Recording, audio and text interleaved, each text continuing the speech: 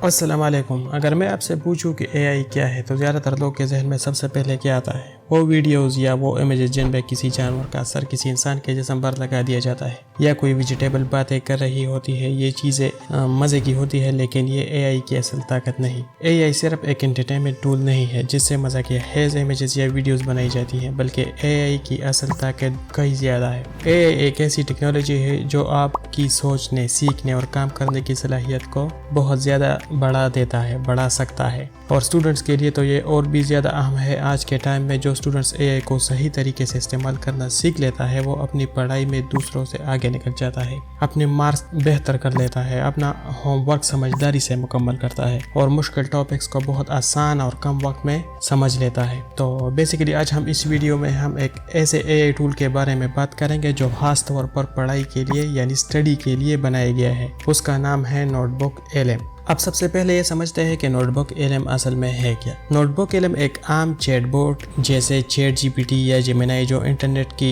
सारी मालूमात से जवाब देता है, उनकी तरह नहीं है, बल्कि नोटबुक एलएम एक ऐसा एआई टूल है जो सिर्फ उसी मटेरियल से जवाब देता है जो आप खुद इसमें अपलोड करते हैं। अब सवाल यह है कि ये स्टूडेंट्स के लिए फ़ायदेमंद कैसे है।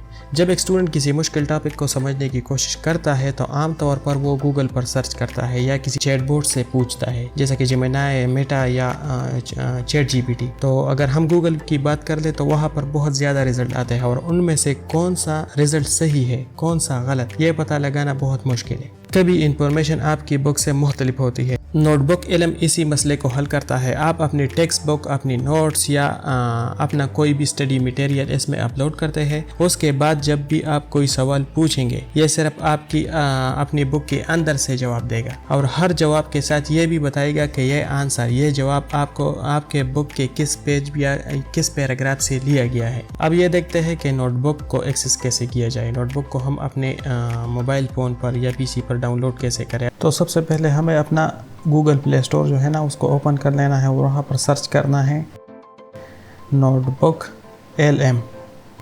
सर्च करने के बाद हमारे पास जेमिनी नोटबुक आ जाएगा। इसका नाम पहले नोटबुक एलएम था, लेकिन अब इन लोगों ने इसका नाम जेमिनी नोटबुक रख दिया है। सिंपली इंस्टॉल पर क्लिक कर देना है और कुछ देर में ये इंस्टॉल हो जाएगा। कुछ देर के बाद हमारा डाउनलोड और इंस्टॉलेशन का प्रोसेस कंप्लीट हो जाएगा। जैसा ही जेमिनी नोटबुक ओपन होता है तो ऐसा कुछ नज़र आएगा, capture the world create with AI. तो हमने यहाँ पर सीधा गेट स्टार्टेड पर क्लिक कर लेना है और गेट स्टार्टेड पर क्लिक करने के बाद हमारे पास आ जाएगा जेमिनी नोटबुक। क्रिएट न्यू पर क्लिक कर लेना है। अब ये यहाँ पर आपसे सोर्स मांगेगा, यानी ये नोटबुक जो तुम बना रहे हो आपको जवाब किस सोर्स से देगा, आपको जवाब किस ज़राए से देगा। तो यहाँ पर तुम अपना पीडीएफ भी अपलोड कर सकते हो, अपना ऑडियो फाइल भी अपलोड कर सकते हो, इमेजेस, वेबसाइट, यूट्यूब वीडियो का लिंक भी डाल सकते हो, या अगर तुमने कहीं से टेक्स्ट कॉपी की है वेबसाइट से या कोई कहीं और से तो वो भी डाल सकते हो। तो सिंपली आप लोगों ने पीडीएफ पर क्लिक कर लेना है और पीडीएफ पर क्लिक करने के बाद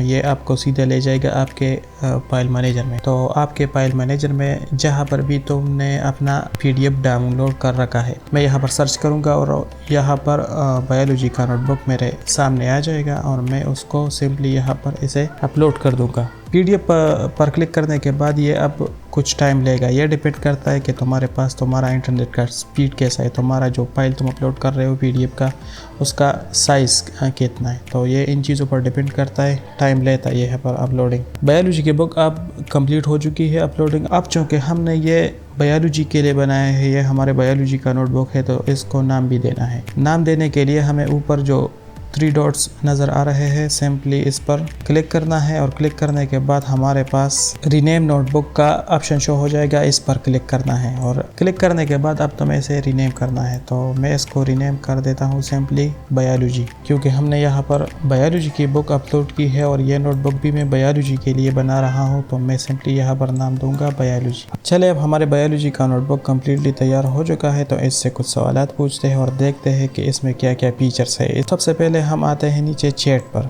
नीचे ये जो बीच में ऑप्शन है चैट, इसमें आते हैं और यहाँ पर हम इससे मुख्तलिफ सवालात पूछ सकते हैं। जैसा कि फॉर एग्ज़ाम्पल अब मैं इससे पूछ रहा हूँ एक्सप्लेन ह्यूमन रेस्पिरेटरी सिस्टम।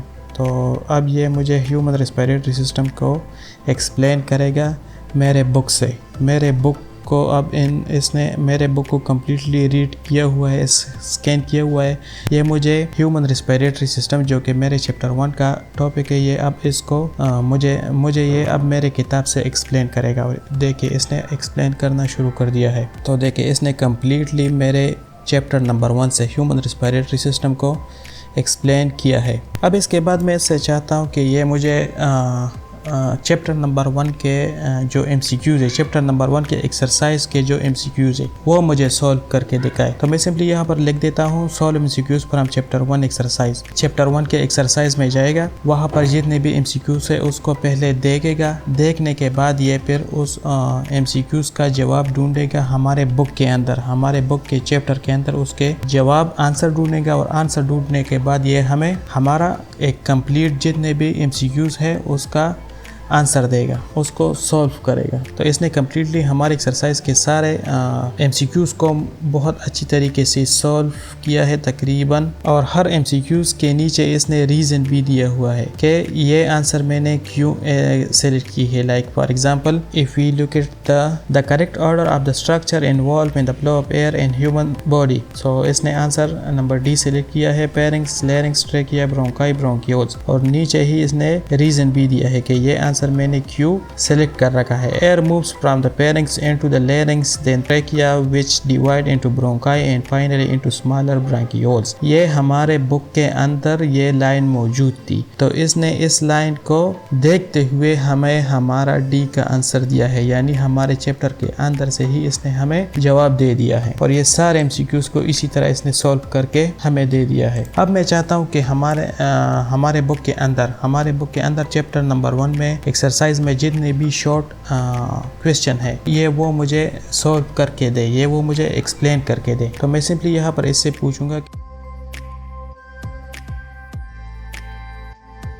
और इसने बहुत अच्छी तरीके से जितने भी क्वेश्चंस थे हमारे एक्सरसाइज में उसको सॉल्व करके हमें दे दिया है। अब चलते हैं स्टूडियो की तरफ कि ये नोटबुक हमारे लिए और क्या कर सकता है, उसमें और क्या क्या फीचर्स मौजूद हैं। तो सबसे पहले स्टूडियो में हमारे पास है ऑडियो ओवरव्यू। ऑडियो ओवरव्यू में ये अगर हम इसको कोई सा भी टॉपिक दे देते हैं अपने बुक से, तो ये उस टॉपिक का एक पॉडकास्ट बना देगा, एक ऐसा ऑडियो बनाएगा जिसमें 2 लोग आपस में बातें कर रहे होंगे एक दूसरे के साथ। और जो टॉपिक भी आपने इसको दी है उस टॉपिक को एक दूसरे के साथ डिस्कस कर रहे होंगे। वीडियो ओवरव्यू में भी हमें 2 तरह के ऑप्शन मिलते हैं, एक होता है शॉर्ट फॉर्म, दूसरा होता है लॉन्ग फॉर्म। शॉर्ट फॉर्म में ये होगा कि ये 60 सेकंड से ज़्यादा वीडियो नहीं बनाएगा, और लॉन्ग फॉर्म में ये होगा कि ये वीडियो 5 मिनट से लेकर 10 मिनट तक बना सकता है। तो मैंने यहाँ पर लॉन्ग फॉर्म को सेलेक्ट कर दिया है और यहाँ पर नीचे तुम अपना विजुअल स्टाइल भी सिलेक्ट कर सकते हो, तुम किस तरह के विजुअल चाहते हो। तो ये इसने कुछ ऑप्शंस दी है, इसमें तुम अपने लिए सेलेक्ट कर सकते हो, एक एक को ट्राई करके देखो। उसके बाद नीचे यहाँ पर नीचे दिया है कौन सा टॉपिक, यहाँ पर तुमने अपना टॉपिक देना कि कौन सा टॉपिक का तुम वीडियो चाहते हो। तो सिंपली यहाँ पर मैं लिख देता हूँ ह्यूमन रेस्पिरेटरी सिस्टम और नीचे लैंग्वेज को मैं सेलेक्ट कर देता हूँ उर्दू और जनरेट पर क्लिक करता हूँ। तो यहाँ पर हमारी वीडियो की जनरेशन भी शुरू हो चुकी है। तो फाइनली हमारा वीडियो जो है ना वो तैयार हो चुका है, आप लोग देख सकते हैं इसे। ये सफ़र किसी आम चीज़ का नहीं बल्कि हमारी सांस का है। हम कदम ब कदम देखेंगे कि हवा जिस्म में कैसे दाखिल होती है और अंदर किन किन रास्तों से गुजरती है। क्लास 10 के हवाले से ये अनाटमी इंतहाई अहम है। तो चलिए शुरू करते हैं और इस पूरे सिस्टम को अच्छी तरह समझते हैं। आज हम जिन अहम हिस्सों को कवर करेंगे उनमें शामिल है the breathing process, the upper air passageway, wind pipe and bronchial tree, lungs and alveoli और आखिर में मैकेनिज्म ऑफ ब्रीदिंग। तो इसके बाद आता है स्लाइड्स क्या होते हैं। तो चले कुछ स्लाइड्स भी इससे बनाकर देखते हैं। सबसे पहले अपने स्लाइड डेक पर क्लिक कर लेना है और यहाँ पर तुम्हें 2 तरह के फॉर्मेट मिलेंगे, एक होता है डिटेल डेक, दूसरा होता है प्रेजेंटर स्लाइड। तो डिटेल डेक में ये होता है कि ये आपको कम्प्लीटली ब्रीफली एक्सप्लेन करेगा। और दूसरा, प्रेजेंटर स्लाइड में ये तुम्हें कुछ ज़्यादा एक्सप्लेनेशन नहीं करेगा, कुछ हेडिंग्स ही देगा। तो मैं यहाँ पर डिटेल डेक पर क्लिक करता हूँ, मुझे कम्प्लीटली एक्सप्लेनेशन चाहिए। दूसरा, लैंग्वेज को मैं इंग्लिश ही रहने दूंगा, इसमें लेंथ को मैं शॉर्ट करूँगा क्योंकि मुझे जल्दी जनरेशन चाहिए। और उसके बाद मैं यहाँ प्रॉम्प्ट में लिख देता हूँ कि explain chapter number 1 in short and easy way. तो चले अब देखते हैं कि ये किस तरह से हमारे लिए स्लाइड्स जनरेट करता है। तो कुछ देर वेट करने के बाद हमारी स्लाइड्स फाइनली जनरेट हो चुकी है, ये आप देख सकते हैं। इसने कम्प्लीटली हमारे गैसियस एक्सचेंज, ब्रीथिंग और रिस्पिरेशन से लेकर लास्ट तक रिस्पिरेटरी सिस्टम के डिसऑर्डर और कंसिक्वेंसेस ऑफ स्मोकिंग तक हमारा कंप्लीट चैप्टर हमें एक बहुत ही अच्छे अंदाज में एक्सप्लेन कर दिया है। चैप्टर नंबर 1 जितना भी है इसको कम्प्लीटली एक्सप्लेन करके हमें स्लाइड्स के अंदर दे दिया है। स्लाइड डेक के बाद आता है फ्लैश कार्ड। अब फ्लैश कार्ड क्या होते हैं तो चले ये भी देखते हैं। तो फ्लैश कार्ड के लिए हमारे पास नंबर ऑफ कार्ड्स देने होते हैं। तो मैं यहाँ पर फीवर सेलेक्ट कर देता हूँ क्योंकि जितने भी ज़्यादा कार्ड्स होंगे ये टाइम ज़्यादा लेता है। तो लेवल ऑफ डिफिकल्टी, तुम किस तरह की डिफिकल्टी चाहते हो। अगर तुम मुश्किल सवाल चाहते हो तो तुमने यहाँ पर हार्ड पर क्लिक करना है। तुम मीडियम चाहते हो तो डिफॉल्ट पर क्लिक कर लेना है। और तुम डिफिकल्टी ईजी चाहते हो, आसान सवाल चाहते हो तो तुम यहाँ पर ईजी पर क्लिक कर सकते हो। तो मैंने इजी पर क्लिक कर दिया है और यहाँ पर सिंपली मैं इससे कहूँगा कि focus on human respiratory system organs और जनरेट पर क्लिक कर दूंगा। तो अब मैं हमारे फ्लैश कार्ड जनरेशन स्टार्ट हो चुका है। अच्छा, तो हमारे तैयार हो चुके हैं। हमारा क्वेश्चन नंबर 1 जो है वो है the 2 openings on the ventral side of the head that low air into the nasal cavity are. वही 2 ओपनिंग जो एयर को सबसे पहले हमारे नजल कैविटी में जाने देते हैं वो क्या है। तो वो है नोस्ट्रिल। तो जब मैं भी इस कार्ड पर क्लिक कर लेता हूँ तो पीछे आंसर आ जाएगा। मेरा आंसर है नोस्ट्रिल। तो चलो देखते हैं कि आंसर ठीक है क्या गलत। बिल्कुल नोस्ट्रिल, एक्सटर्नल नोस्ट्रिल जो है ना वो ठीक है। तो इसी तरह 1 बाय 1 आपने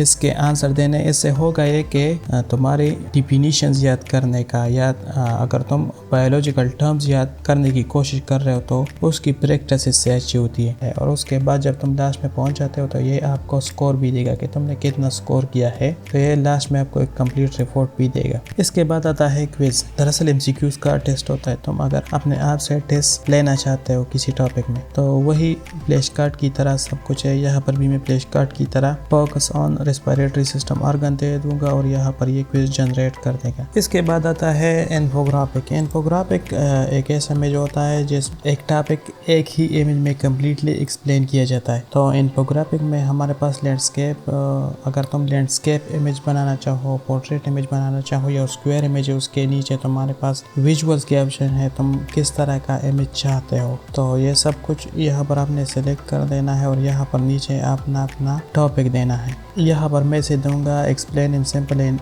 easy way human respiratory system और उसके बाद जनरेट पर क्लिक कर दूंगा। कुछ देर जनरेशन के बाद इसने मुझे ह्यूमन रेस्पिरेटरी सिस्टम को कम्प्लीटली एक्सप्लेन कर दिया है। ये आप देख सकते हैं। तो ये था नोटबुक का मुकम्मल तारुफ। ये क्या है, इसे कैसे सेटअप करें और एक स्टूडेंट्स इसे अपनी रोज़ाना की पढ़ाई और एग्ज़ाम की तैयारी में कैसे इस्तेमाल कर सकता है। अगर आपने अभी तक ट्राई नहीं किया तो आज ही अपनी एक बुक इसमें अपलोड करके देखें। जस्ट एक्सपेरिमेंट करें। एआई को सही तरीके से इस्तेमाल करना सीख लेना आज के दौर में एक बहुत बड़ी स्किल है। अगली वीडियो में मिलते हैं। अल्लाह हाफिज़।